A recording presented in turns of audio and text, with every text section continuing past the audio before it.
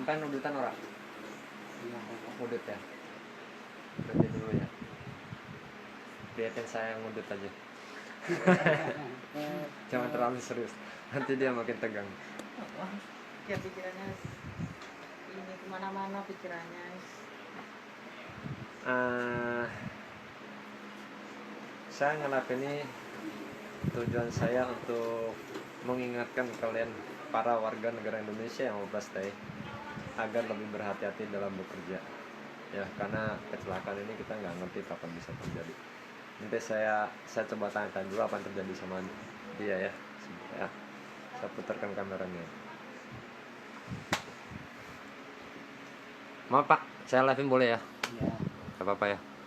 Sampai usianya berapa? Saya 48. 48. Iya. Datang ke Taiwan kapan? Datang ke Taiwan 2016 akhir ya. Ini saya live langsung, saya tidak ada komunikasi sebelumnya. Ini istrinya ya. Iya. Jadi saya mau nge-live ini saya langsung tanya, pengennya belak-belakan lah ya. Iya benar. Kamu dulu masuknya pakai visa apa? pakai visa kerja. Visa kerja. Kenapa kabur?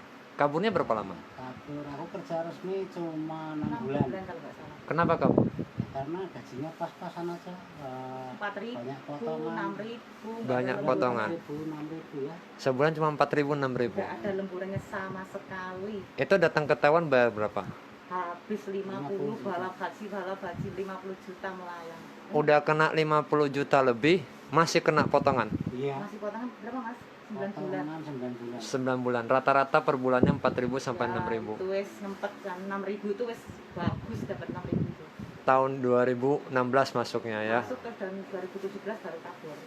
Berarti posisinya itu kalian dapat gaji cuma 4.000 sampai 6.000, terus karena pinjam uang pas datang 50 juta nih sama orang, diempet sama orang, mesti bayar, Ya iya. nggak cukup, Iya bener, baru ini ya.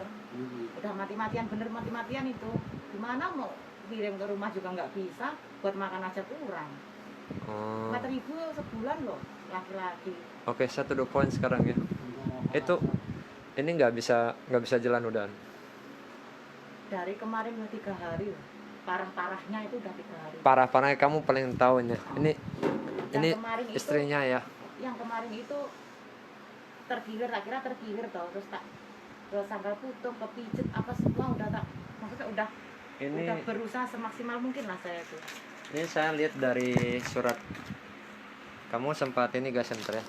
Terus Sempat ke makanya klinik ini ya. Rongsen, kita hitung Di rongsen. sini saya baca, di sini ada bipolar hemiatoplasti. Kamu tahu nggak penyakit apa ini? Nggak tahu ya? Nggak tahu. Nggak tahu Bapak ya? Nggak tahu. Jadi ini artinya saya bukan lulusan medis ya, Ya, tapi saya sedikit tahu karena pengalaman saya banyak dibantuin anak-anak. Ini sepertinya adalah patahnya tulang pinggul. Patah tulang pinggul. Jadi biasanya nih Terus dia sakitnya banget. bagian tulang pinggulnya sini patah Iya. sama persendian dari tulang bagian ini. Iya. Bener. Nah, ini Sakitnya pengobatannya biasanya mesti dibor, dimasukin besi. Iya. platina, bener. Dia tuh mesti terapi. Nah, makanya dia kesakitan sampai nggak bisa berdiri. Ya. Kamu udah ke dokter ini, kata dokter apa? Mesti ke rumah sakit besar. 話接街道沒有街道你不可能好了，一定街道了不變。 Ini resikonya ini kalau nggak dioperasi makin lama biarin begini bisa lumpuh seumur hidup. Ini mengerikan sekali loh. Pantas saya tadi lihat kenapa nggak bisa bergerak, disentuh aja tadi sakit Bapak ya? Oh, sakit banget. Sakit banget Dia ya. kalau habis diginiin aja udah langsung pucat pasti lah karena nahan sakit banget. Asalnya Purworejo. Ibu asalnya mana? Aku Tulungagung. Tulungagung ya. Oke, saya kembali lagi. Kenapa bisa sakitin? Apakah kerja jatuh atau piye? Ke tangga, naik tangga bawa besi mau jatuh tapi nggak jadi jatuh. Untuk nahan kaki ini. Jadi kamu nahan besi. Iya, nahan. Posisinya itu ada 2 orang ya. Yang saya tahu ada 2 orang kalian itu ya. Pas kamu jatuh ada yang nahan ya. Ada yang nahan aku. Temennya nahan di belakang karena takut langsung gerakan cepat. langsung jatuh. Dia nggak jatuh langsung diginiin tapi kan kakinya udah gini kan, udah nginjak ke atas lalu kembali lagi ke bawah kan. Oh. Keplese lah kayak kurang lebihnya seperti Jadi mungkin juga karena dorongan ini menyebabkan ini yang kena. Tapi kalau tidak ditahan, kemungkinan juga kepala kamu yang jatuh duluan. Nah, itu loh maksudnya itu. Maksudnya Cuma kena besi sini. Banyak besi di bawah itu. Banyak besi di bawah. Harusnya Berarti tuh ya, teman kamu tuh nolongin kamu agar kepala nggak kena besi di bawah, mengakibatkan ini kamu mungkin kedorong. Ya, itu udah terima kasih loh, maksudnya teman langsung kok mau jatuh Pak, gitu langsung didorong. gerakan cepat. Langsung ditolongi, temennya udah gerakan cepat. Kamu setelah tanyain dok, kamu pernah ke rumah sakit nggak sebelumnya ini? Selain ke klinik ini? Dia itu Dulu sebelumnya keseran penyakit. sebelumnya dia tuh yang kelima ijen, aku ke Thong Ien, aku sendiri loh, pakai SIM papa sama data yang mati itu, bayar itu dia katanya dia kan kencing darah, kencing darah tuh Boleh sampai kencing darah ya? kencing darah, terus aku langsung ke sana, apa namanya, langsung ke Kwajijen, ternyata CS ada batunya katanya, tapi si isennya bilang 这个医生不是很危险，不是，就是里面有那个石头， Ada batu iya. 刮刮是摇都 OK 啦，你不要担心。2 hari minum obat, udah sehat.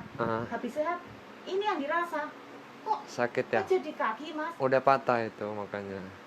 Tak kirain kesleo, makanya tak pijetin berkali-kali kemana-mana, tak pijetin sangka potong orang Thailand itu loh. Nah, saya kembali lagi ya. Saya balikin terus ke topik biar nggak jauh. Apa? Ini kamu tanya ke dokter, kira-kira dokter ngomong biayanya bisa kena berapa? Sejiwan. Sejiwan ya. Lazim karena kalian nggak ada askes. Nah iya, kemarin dokternya tak tanya malah ketawa. Otakku nggak nyambung kan. Sejiwan atau 2万剂. Dokternya sampai ngakak. 小姐，20 跟2万剂不一样. Aku langsung oh iya ya. Karena otak Sekarang udah nggak ini. saya mau nanya, kalian untuk operasi ini kalian udah nyiapin dana belum? Boros-boros. Setidaknya ada tapi kurang. Ya benar ya, sesuai dengan apa yang kalian telepon saya kemarin, ada tapi kurang. Sekarang posisi gini, ini yang beginian sebenarnya jujur ya, saya sebagai calok yang juga aktivis, saya paling takut ketemu yang begini. Kenapa? Saya paling takut ketemu yang patah tulang sampai tidak bisa duduk. Yang kedua adalah stroke. Kenapa kita takut? Pulangnya ini susah. Satu, kalian tidak bisa menggunakan tempat duduk atau seat yang 1 orang. Ini minimal mesti seat yang bisnis atau seat 2 orang. Apalagi yang stroke. Kalau yang stroke kita malah lebih takut lagi ketemu yang begini, karena itu harus ada dokter pendamping dan perawat pendamping. Bahkan kalau diperlukan itu mesti ada oksigennya, dan ini luar biasa sekali mahal. Nah kalian ini saya bingung, mau saya pulangin keadaan gak bisa duduk. Nah kalau misalnya mau dioperasi dulu biaya juga tinggi. Ini makanya kalian tadi kiranya tidak begitu parah, operasi bisa sembuh. Tapi menurut saya parah. Saya nggak bisa mulangin seperti apa yang kalian pikirkan. Udah kok pulangin aja, bukan masalah pulangnya. Sampai di Indonesia bisa nggak kalian operasi ini? Ini kalau dibiarin begini aja, lama-lama bisa lumpuh dianya. Masih punya anak bapak? Punya. Anak usia berapa? Anak usia 24. Yang ini punya anak 3, saya punya anak 2. 3, total 5 ya. Tapi anaknya udah gede-gede. Anak udah gede-gede. 24, 20. Mas udah kerja semuanya? 17. Yang satu masih kecil, masih SMA, makanya kita masih ngasuh 3 orang. Masih 3 orang termasuk anak kamu? Terus ini bapak ibunya tiap hari suntik, keluar masuk, dia yang biayain. Jadi kamu selain biayain anak yang paling Ya, kecil, ini, masih ada orang tua yang mesti dibiayai. Ya ini bukan saya nyambungin, dia ini anak baik, maksudnya hormat ke orang tuanya. Sakit aja masih mikirin orang tuanya. Sekarang saya yang mikirin kalian. Jadi gini guys ya, saya nggak ngerti kalian gimana pandangan kalian terhadap bapak ini. Pokoknya dianya ini memang mempertahankan keluarga dia, orang tua dia juga anaknya dia. Kebetulan aja dia lagi apes, kerja di bangunan. 4 hari doang kerjanya malahan ya, malah terjadi kecelakaan. Untung saja kamu masih hidup sekarang ini.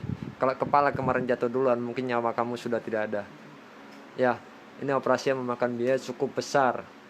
Ya, dan setelah saya kemarin nanya ke mereka, mungkin mereka ada biaya perobatan paling cuman 100-an lah. Ya, insya Allah lah katanya ya. Jadi belum tentu, masih kurang. Sedangkan posisi bapak ini kalau mau dipulangin sangat susah. Dia nggak mungkin bisa saya pulangin kondisi begini. Nah, jikalau kalau kalian ada yang rezeki lebih yang ingin membantu Bapak ini, ya saya tidak ada paksaan di sini. Tergantung hati masing-masing, tergantung juga kalian ngeliat kondisinya bagaimana. Nanti saya akan mencantumkan WA dari istrinya atau Bapak sendiri. Terserah ya. Saya cantumkan WA kalian lah ya. Semoga bisa membantu. Dan dari saya pribadi juga mungkin akan ada sedikit. Nah, kita lihat kan, tadi saya bingung di sini jujur. Saya sempat kemarin saya telepon kamu telepon saya, kamu tahu ya. Kamu sebelum telepon saya telepon berapa orang? Maksudnya telepon siapa? Sebelum telepon ke saya telepon udah ke berapa orang? Enggak, aku telepon ke langsung admin langsung ngasih Langsung telepon saya ya. Enggak Iya, pernah cari yang sampean. lain-lain ya. Enggak. Ya ampun. Enggak. Langsung sampean langsung enggak, maksudnya gini loh, Tuhan itu merinding aku. Tuhan itu kok adil, maksudnya pas saya butuh sampai saya nangis loh. Saya butuh biasanya si Koko Faisal ini kan orang paling sibuk, nggak cuma 1-2 orang kan. Tapi kenapa kok saya telepon ngomong sama admin langsung dikasih nomor sampean, tak telepon langsung video call langsung ini orangnya, ya Allah. Biasanya sampai itu kan kayak presiden toh. Saya takut mengambil ini. Saya mendengar kasus dia nggak bisa duduk aja, jujur saya takut sekali. Karena saya paling ngeri ketemu kasus yang nggak bisa duduk karena dia nggak bisa dipulangin. Dia baru 3 hari yang kemarin masih Makanya jalan. ini. Aku tuh Jadi guys, saya balik lagi guys ya. Jadi bapak ini sebenarnya mau pulang aja rencananya karena dia udah pasrah nggak ada biaya. Namun saya nggak bisa mulangin dia karena dia nggak bisa duduk. Dia nggak bisa duduk. Kalau dia pulang dengan keadaan begini nyampe Indonesia juga saya nggak tahu apakah dia bisa lumpuh nggak ke depannya, apakah dia melakukan operasi ada duitnya cukup apa enggak. Nah mumpung di sini kalau misalkan ada rezeki lebih bisalah bantuin bapaknya ini. Ya semoga dia bisa operasi, bisa sehat kembali dan bisa duduk. Kalau sudah bisa duduk baru bisa saya pulangin.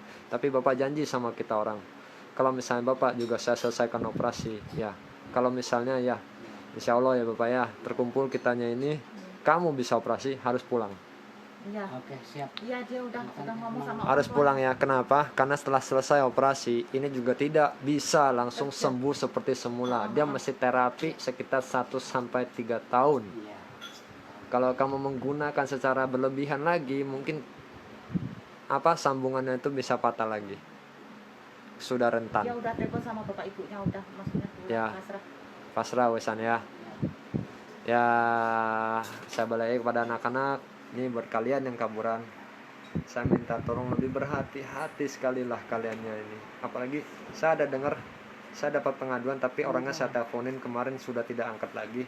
Di Nonto ada satu yang terkena pendarahan pada otak, kemungkinan stroke. Di Kaohsiung juga ada satu yang pendarahan pada otak. Kasus begini kebanyakan kita orang yang bantuin kalian tuh paling takut. Ya, paling takut sekali yang begini karena posisi kalian tuh nggak bisa naik pesawat. Ruwet.